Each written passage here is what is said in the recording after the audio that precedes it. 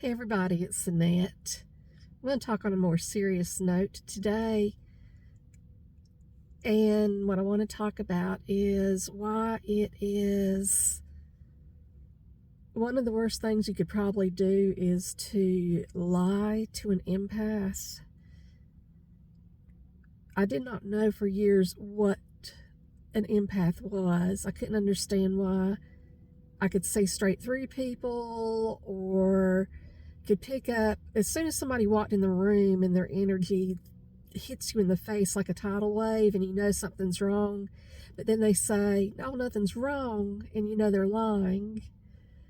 So why is it a bad idea to lie to an empath? And what's even worse, why is it a terrible idea to deceive an empath? Lying is bad enough because we can see through it. We pick up your energies, your tells, your cues, all that stuff. That's why we're so sensitive to everything. We can touch people and feel the positive or the negative energies. We can just tell when you're lying. To deceive an empath, on the other hand, is very, very hard to do. And if you succeed at it, and it will be temporary success, you'll get found out. To deceive an empath means you have taken someone who has a very, very accurate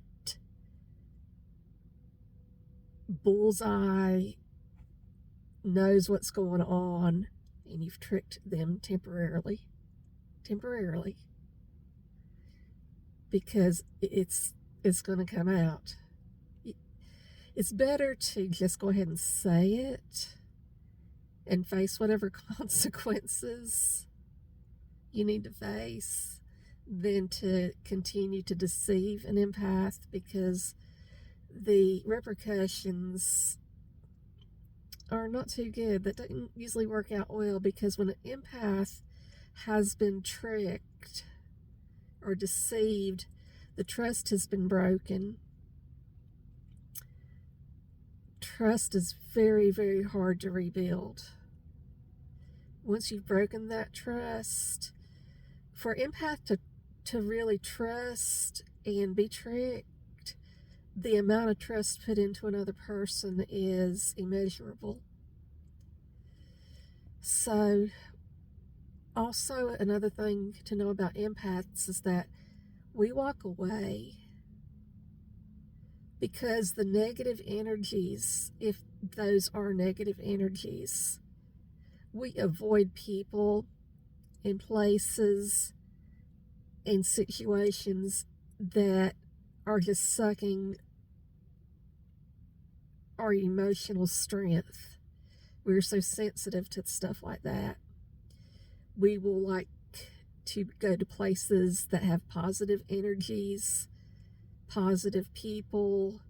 We don't like people who, if they have negative energies, to touch us, because you literally can feel something leave your body when they do.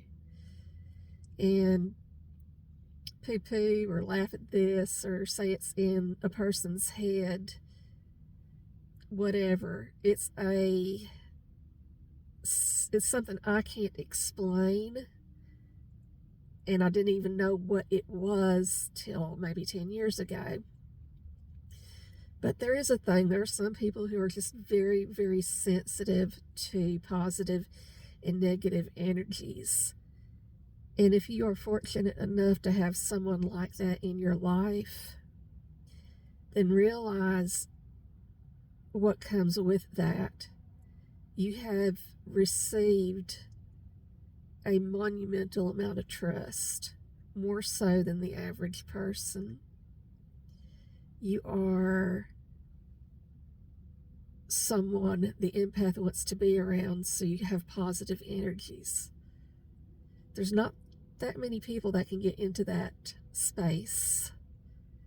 So appreciate it. And just word of advice, just don't lie. I used to tell the students if I had to open up a day one of orientation if a professor couldn't get there, I said, no matter what you do, just don't cheat. You will be found out. You will get an academic F. It will stay on your record. So just don't do it. They'll find out. The technology at that time, and even more so now, has gotten too smart to get away with doing stupid things, even if you're using AI or however they're doing it now.